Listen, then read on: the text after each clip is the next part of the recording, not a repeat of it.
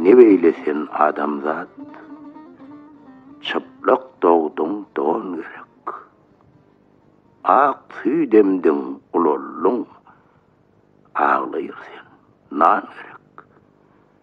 Atan hoşnut bolmağa, enin mehrin salmağa, yediğinde din bilmeğe, okuyur Kur'an gerek.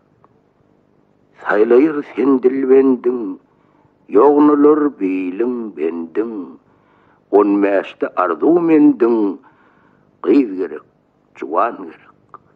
Juwan taptın kuçmağa, ayşu aşırı açmağa, annan son iyi biçmeğe, bir tükönmez nan gerek. Köңlün ıncıdıp halkın, hoşnut etsen öz hulkun, rum pereng bolsa mülkün, heniz azdır, kän gerek. Yatsan düşöktü bimar, ıssyk etmez malu kär, zer döksen harvur, göde ilmez can gerek.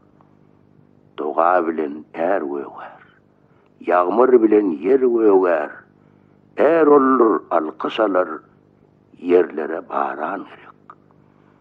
Acal geler oyda yok, görmek yılla ayda yok, hiç bir zattan peyda yok, bir nuri iman gerek.